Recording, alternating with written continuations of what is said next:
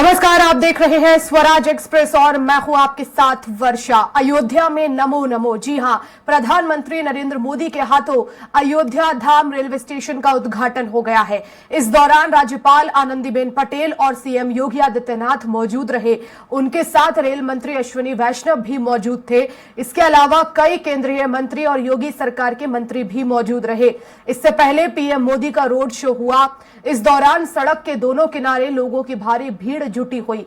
दोनों ओर से फूलों की बारिश हुई। कड़ी सुरक्षा के बीच पीएम मोदी का रोड शो हुआ।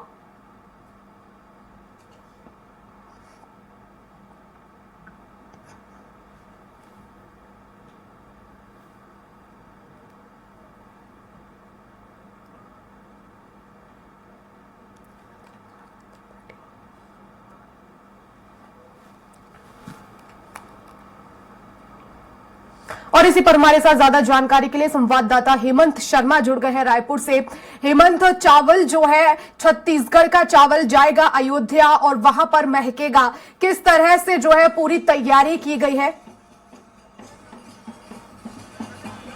देखिए, आज छत्तीसगढ़ के लिए काफी बड़ा दिन है। एक तरफ प्रधानमंत्री ने अयोध्या में रेलवे स्टेशन का वहां पर उद्घाटन किया, लेकिन दूसरी तरफ प्रभु श्री राम का ननिहाल है छत्तीसगढ़। माता कौशल्या यहीं की बेटी है। चंदखुरी में उनका भव्य मंदिर है और आज राम के ननिहाल से अयोध्या 300 टन यानी 3000 क्विंटल चावल ट्रकों के जरिए यहाँ पर भेजा गया है और तमाम लोग यहाँ पर मौजूद थे। मुख्यमंत्री ने केसरिया झंडा यहाँ पर दिखाकर रवाना किया है ट्रकों को और 4 दिन बाद वो अयोध्या पहुंचेगा। हमारे साथ बातचीत के लिए यहाँ पर मंदिर समिति से जुड़े लोग हैं, उनसे बातचीत करते हैं। ये ट्रकों को रवाना किया गया है, कितना बड़ा दिन है छत्तीसगढ़ के लिए? छत्तीसगढ़ के लिए बहुत बड़ा दिन है। आज भारत के इतिहास में बहुत बड़ा काम होने जा रहा है। छत्तीसगढ़ के भांजे हैं श्री रामचंद्र और हम यहाँ से चावल भेजकर प्रथम भोजन भगवान राम के ननिहाल से वहाँ पहुँचे। उसी भोजन को वहाँ जो लोग आए हैं वो करें, ऐसी हमारी इच्छा है। और यह 500 वर्ष की लगातार संघर्ष, लगातार मेहनत, लोगों के बलिदान से ये मंदिर बना है। उन लोगों की आत्माएं चारों तरफ फैलकर उस दिन 22 तारीख को सभी दर्शन करेंगे। भगवान राम के दर्शन करने के लिए सारे देवी देवता, सभी तरह के लोग जितने इस दुनिया में जीवित हैं और अजीवित हैं, सभी दर्शन करेंगे। अपने अपने घरों में आपके चैनलों के माध्यम से हर तरीके से उस दिन भारत राममय हो जाएगा और यही सबको बहुत बधाई। जय श्री राम। राम के ननिहाल से जो चावल गया है महाभंडारे में उसका उपयोग होगा, कितना बड़ा सौभाग्य है छत्तीसगढ़ में। देखिए, ये तो बहुत बड़ी खुशी की बात है। 400 साल पुराना मामला, 129 साल का विवाद 40 दिन में सुलझाने वाले ऐसे धर्म प्रेमी राजनेताओं का राम मंदिर से हम सब लोग सम्मान करते हैं। दूसरी बात रही यहाँ से चावल की, तो रायपुर में जैसे राम मंदिर बना था, हम लोगों ने और ज्योतिषियों ने घोषणा की थी, जैसे ही पहली आरती यहाँ की चालू होगी, अयोध्या के राम मंदिर बनने का मार्ग प्रशस्त हो जाएगा। छत्तीसगढ़ की समस्त जनता, हम सब लोग सौभाग्यशाली हैं कि यहाँ से जो चावल गया है, सुगंधित चावल गया है, वो भोग के रूप में वहाँ उपयोग होगा और अधिक से अधिक यहाँ पे धर्म प्रेमी जनता दर्शन लाभ भी मर्यादा पुरुषोत्तम श्री राम का करेंगे। 22 जनवरी को सबको इंतजार है, किस तरीके से माहौल रहेगा? ठीक है, अयोध्या में लाखों लोग जाएंगे दर्शन करने, लेकिन छत्तीसगढ़ में क्या तैयारी होगी? देखिए, हम सब लोगों ने पूरे छत्तीसगढ़ के धर्म प्रेमी जनता से आग्रह किया है, अपने घर में आप 11-21 दिया जलाएं, आतिशबाजी करें और घरों के सामने रंगोली बनाएं, गौ माता के गोबर से घर के सामने लीपें और समस्त छत्तीसगढ़ की जनता ऐसा करने वाली है। पूरे देश में एक दिवाली का माहौल रहेगा कि मर्यादा पुरुषोत्तम श्री राम अपने घर पे मंदिर पे जाएंगे। हम सब लोगों में बहुत ही उत्साह है, आप लोगों को देख के समझ में आ रहा होगा।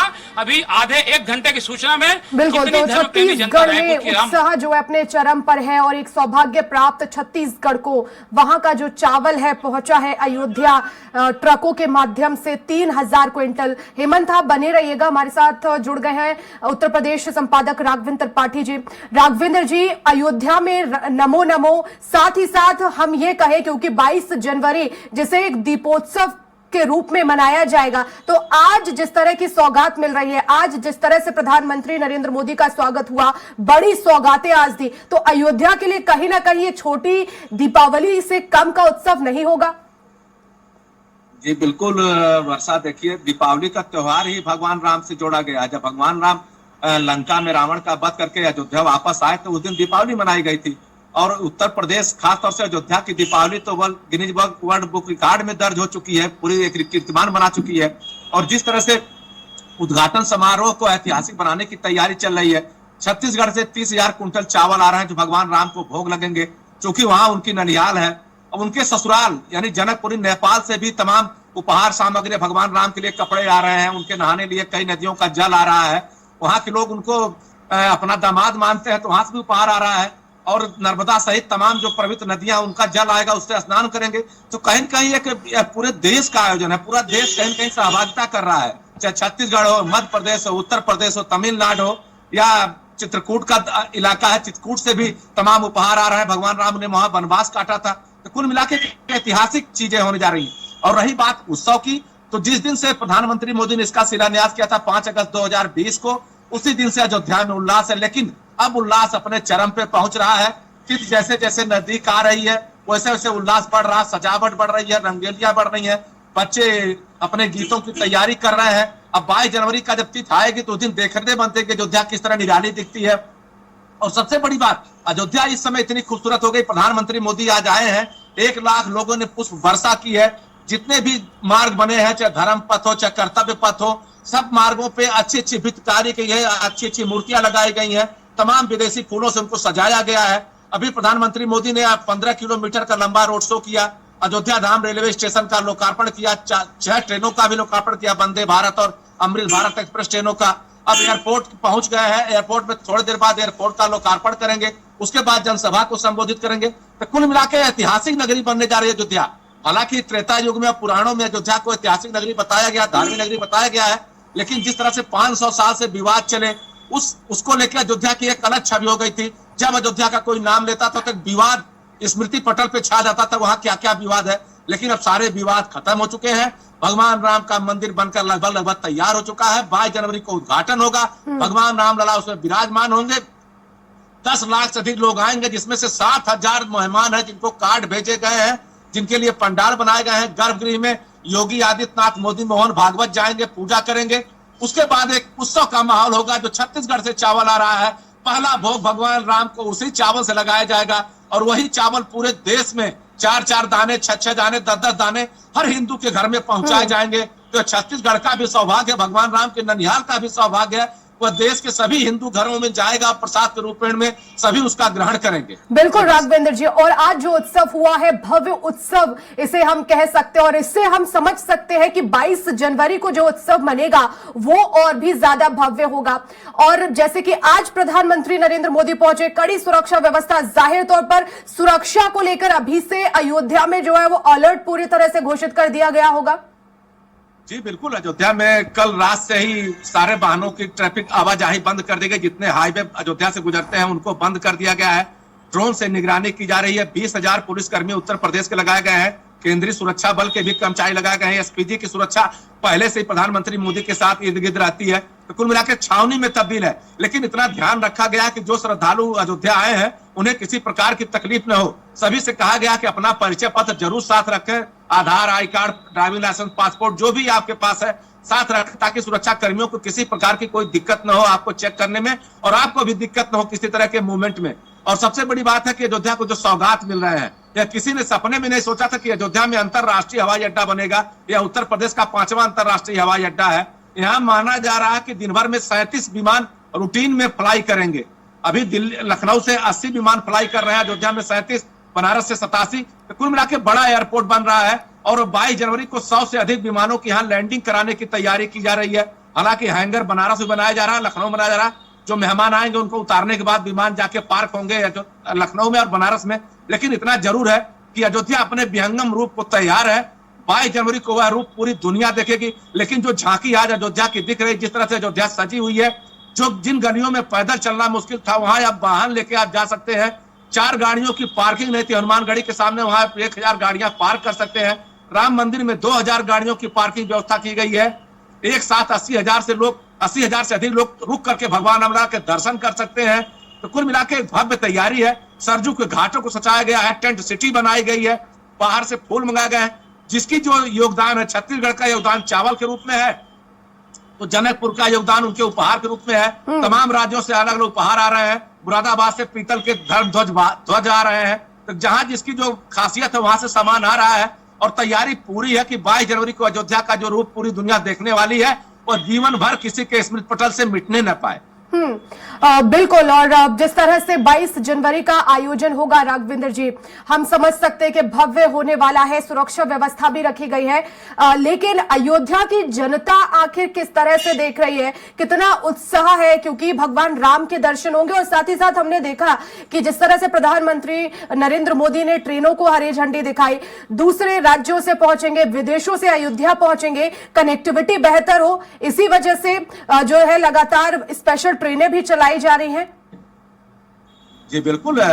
देखिए अयोध्या का जो उत्साह है वो देखते लागले बनता चुकी है। अयोध्या वासियों ने बहुत ही संतरा झेले हैं। 1990 में इन्होंने सरजू का पानी लाल होते देखा। 1992 में कुछ लोगों द्वारा जो विवादित ढांचा उसको ढहाए जाने का रूप भी देखा है। उसके बाद जब भी 6 दिसंबर आता था, यहाँ पे पुलिस कर्मियों की बूटों की आवाज सुनाई पड़ती, लोगों के बंद हो जाते थे, दुकानें बंद हो जाती थी ताकि किसी तरह की अनहोनी न हो। अब स्वरूप बदला है, एक तरह से रामराज का प्रतीक दिख रहा है। और यहाँ तक उत्साह है, जो इकबाल अंसारी मुस्लिम पक्ष के पक्षकार थे, वो भी भगवान प्रधानमंत्री मोदी के स्वागत में आए। तो जो दूरियां थी मिट चुकी, जो खटास था मिट चुका है। लोग अब कोर्ट के आदेश पर जब निर्णय आया, मंदिर बना, उसका स्वागत कर रहे हैं। अयोध्या की कमाई पर्यटन से है, चाहे हिंदू हो या मुसलमान हो। भगवान रामलला का कपड़ा बनाने वाला दर्जी मुस्लिम है, उसे भी खुशी है कि जब पर्यटक आएंगे तो कुछ ना कुछ बिक्री बढ़ेगी। जितने भी पूजन सामग्री के लोग हैं, हिंदू हैं, मुसलमान हैं, जब पर्यटक आएंगे तभी तो सबका रोजगार चलेगा, चाहे होटल हो या धर्मशाला हो या टैक्सी हो, जो भी है, सबके रोजगार चलने वाले हैं, नया रूप आने वाला है। तो कुल मिला के अयोध्या तो कभी नहीं है शांत रही। जब पूरे देश में कर्फ्यू लगा था तभी अयोध्या शांत थी, लेकिन अयोध्या को लेकर पूरे देश में जो बवाल किया गया, उसकी आज वानगी के अयोध्या वासी दिल खोलकर भगवान राम के मंदिर का निर्माण की प्रतीक्षा कर रहे हैं। और जिस तरह से प्रधानमंत्री मोदी का स्वागत किया, वो भी एक वानगी है, क्योंकि 1 लाख से अधिक लोग दोनों पटरियों पर खड़ा होकर मोदी पर पुष्प वर्षा कर रहे थे। उसमें हिंदू भी शामिल थे, मुस्लिम भी शामिल थे, इकबाल अंसारी जो पक्षकार थे वो भी शामिल थे। तो कुल मिलाकर एक नया संदेश जा रहा है कौमी एकता का अयोध्या के बहाने। 22 जनवरी के बाद अयोध्या किस रूप में निखरती है देखने वाली बात होगी। लेकिन इतना जरूर है, सरकार की कोशिश है, विश्व हिंदू परिषद की कोशिश है कि अयोध्या जो तैयार हो रही है वह पूरी दुनिया में नजीर बने, ताकि लोग अयोध्या आए, दर्शन पूजन करें, उत्तर प्रदेश का पर्यटन बढ़े, लोगों की आमदनी हो और लोगों को रोजगार मिले। बिल्कुल। और हेमंत हमारे साथ लगातार बने हुए हैं रायपुर से। हेमंत, आखिर कितनी तैयारी की गई, क्योंकि ये जो सौभाग्य छत्तीसगढ़ की जनता को प्राप्त हुआ है कि वहां का जो चावल है अयोध्या जाएगा, वहां महकेगा, तो प्रसाद के रूप में इसे जो है वो भक्तों को दिया जाएगा। इसके पीछे कितनी तैयारी हुई है, किस तरह से क्वालिटी का ध्यान रखा गया है? बहुत जरूरी है, प्रसाद है, और तिनका जो है वो जांचा गया होगा।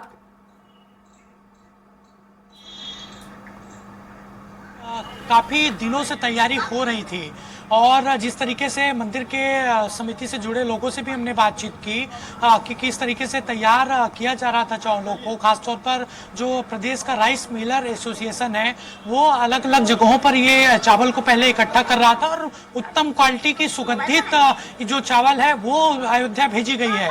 लगभग 300 टन यानी 3000 क्विंटल चावल यहाँ से भेजा गया है और उस पूरी तरीके से क्वालिटी में ध्यान दिया गया है। पहले से तैयारी की जा रही थी, तमाम ट्रकों की व्यवस्था की गई राइस मिलर एसोसिएशन के द्वारा। तो ये जो कार्यक्रम है वो 28 तारीख को होने वाला था, 28 दिसंबर को, लेकिन मुख्यमंत्री विष्णुदेव साय दौरे पर थे, अलग अलग इलाकों पर कार्यक्रम में वो शामिल हो रहे थे, इसलिए उनका समय नहीं मिल पाया था और कार्यक्रम को आगे बढ़ाया गया था। यानी 30 दिसंबर यानी आज के दिन ये ट्रकों को रवाना किया गया है। जो महत्वपूर्ण बात है वो है केसरिया झंडे का यहाँ पर उपयोग किया गया। जब ट्रकों ट्रकों को रवाना किया गया। मुख्यमंत्री विष्णुदेव साय और तमाम जो कैबिनेट मंत्री हैं जिनको कल ही विभागों की जिम्मेदारी मिली है वो यहाँ पर मौजूद थे। खाद्य मंत्री दयालदास बघेल यहाँ पर मौजूद थे। पूरे उत्साह के साथ यहाँ पर ट्रकों को रवाना किया गया है और जो ट्रक है वो 4 दिन बाद अयोध्या पहुंचेगा। 22 दिसंबर को जो प्राण प्रतिष्ठा होगी, पूरे देश ही नहीं विश्व में पूरा उत्साह रहेगा। तो उस चावल का उपयोग वहां पर भोग में किया जाएगा, वहां भंडारे में किया जाएगा। क्योंकि इतिहास सीधे तौर पर छत्तीसगढ़ से भी जुड़ा है। भगवान राम का उनका ननिहाल है, माता कौशल्या यहाँ की बेटी है, तो राम के ननिहाल के चावल का उपयोग महाभंडारे में वहां पर होगा। बिल्कुल। और हेमंत, किन किन शहरों से होकर ये ट्रक गुजरेंगे? जाहिर तौर पर आपने बताया कि सजाया गया है ट्रकों को, केसरिया झंडे लगाए गए हैं और सौभाग्य छत्तीसगढ़ की जनता जो है उसे प्राप्त हुआ है, लेकिन किन किन शहरों से ये गुजरेगा, साथ ही साथ जहां से ये गुजरेगा आई एम श्योर कि वहां पर भी लोग जो है, भक्त जो है वो इन ट्रकों को देखने के लिए उमड़ेंगे। जी जरूर, और अलग अलग जगहों पर स्वागत भी होगा। चूंकि आज रायपुर से रवाना हुआ है, अंबिकापुर के जरिए ये आगे बढ़ेगा अयोध्या के लिए, लेकिन छत्तीसगढ़ तक अलग अलग इलाकों पर जो हिंदू संगठन के लोग हैं उन्होंने तैयारी की है स्वागत की। जैसे जैसे ट्रक जिन शहरों पे पहुंचेगा वहां पर उसकी स्वागत की जाएगी। इसके अलावा दूसरे राज्य में जैसे ये इंटर करेगा यूपी में भी स्वागत होगा। और ये अंबिकापुर के जरिए प्रयागराज होते हुए बनारस से ये अयोध्या जाएगी। यानी पूरी तरीके से तैयारी की गई है स्वागत के लिए। अलग अलग इलाकों पर स्वागत होगा और 4 दिन बाद जब अयोध्या पहुंचेगी ये जो तमाम ट्रक है वहां पर भव्य कार्यक्रम होगा। वहां पर इस चावल अर्पण कार्यक्रम वहां पर भी होगा। तमाम बड़े नेता वहां पर मौजूद रहेंगे, जो मंदिर समिति से जुड़े लोग हैं वो भी वहां पर मौजूद रहेंगे। और एक बात की और जानकारी दे दूं कि जो राम मंदिर न्यास समिति है अयोध्या की, उन्होंने पत्र लिखा था राइस मिलर एसोसिएशन को, छत्तीसगढ़ को, कि यहाँ से चावल भेजा जाए और उसी के तहत ये तमाम जो चावल है 3000 क्विंटल यानी 300 टन चावल यहाँ से रवाना किया गया है। बिल्कुल, बने रहिएगा। राघवेंद्र जी, 22 जनवरी के दिन का हम लगातार जिक्र कर रहे हैं क्योंकि तमाम तैयारियां भी की जा रही हैं, भव्य स्वागत होगा उस दिन, लेकिन इस दौरान क्या कुछ बड़ी चुनौतियां हो सकती हैं अयोध्या में? अधिकारी जो है वो युद्ध स्तर पर अभी से तैयारियों में लगे हुए हैं। किस तरह की चुनौतियों का सामना इस समय अयोध्या में किया जा रहा होगा? देखिए, अयोध्या में सबसे बड़ी चुनौती है कि जो भीड़ आने वाली है उसे किस तरह से मैनेज किया जाए। क्योंकि अयोध्या बहुत छोटा शहर था, धीरे धीरे विकास हो रहा है, शहर बड़ा हो रहा है। उत्तर दिशा में सरयू जी है, दक्षिण दिशा में नेशनल हाईवे है, बीच में अयोध्या नगरी है। तो कोशिश की जा रही है कि जो 10 लाख से अधिक जो श्रद्धालु आ रहे हैं उन्हें किस तरह से व्यवस्थित किया जाए, उनके रहने ठहरने खाने व्यवस्था किया जाए। टेंट सिटी बसाई जा रही ताकि लोगों को उसमें रुकाया जा सके। और सबसे बड़ी बात है, कुछ अराजक तत्वों ने पिछले दिनों एक धमकी भरा मेल किया था जिसमें कहा था कि अयोध्या, बनारस और मथुरा को हम उड़ा देंगे, अहमदाबाद का भी नाम लिया था। उसको लेकर भी थोड़ी चिंता का विषय है कि कहीं जो सुरक्षा की व्यवस्था है उसको और चुस्त कैसे किया जाए। बहुत तगड़ी सुरक्षा करने पर लोगों के आवागमन बाधित हो जाते हैं। इसी नाते ड्रोन से निगरानी की जा रही है। 40 ड्रोन अयोध्या के ऊपर लगातार उड़ाए जा रहे हैं, उनसे निगरानी की जा रही है कि सरजू के रास्तों में जो नाव पे जल पुलिस तैनात कर दी गई है।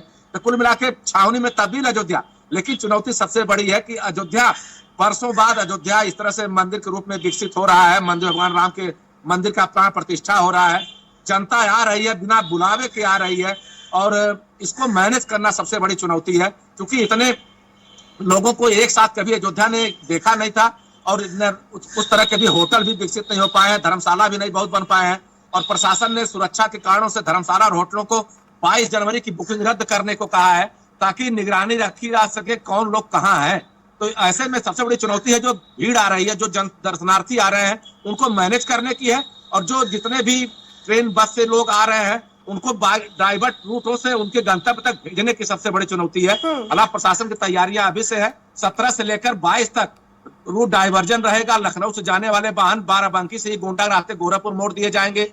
सीतापुर के वाहन भी बाराबंकी से आगे नहीं बढ़ पाएंगे। जो सुल्तानपुर से वाहन आ रहा है अयोध्या उनको भी आगे डाइवर्ट कर दिया जाएगा। तो कुल मिलाकर व्यवस्था मुकम्मल की गई है और पूरे उत्तर प्रदेश की पुलिस हर थाने से 2-4 सिपाहियों की ड्यूटी अयोध्या में लगाई गई है। 30 से ज्यादा IPS अधिकारियों की ड्यूटी लगाई गई है, RF लगाई गई है, केंद्रीय औद्योगिक सुरक्षा बल लगाया गया है। SPG तो प्रधानमंत्री सुरक्षा में तैनात रहेगा ही रहेगा। क्योंकि इतने गणमान्य लोग आ रहे हैं उनके सुरक्षा का ख्याल रखना सबसे बड़ी चुनौती है। उसमें उद्योगपति है, क्रिकेटर है, फिल्मी दुनिया के लोग हैं, बड़े धर्म महात्मा साधु संत लोग हैं।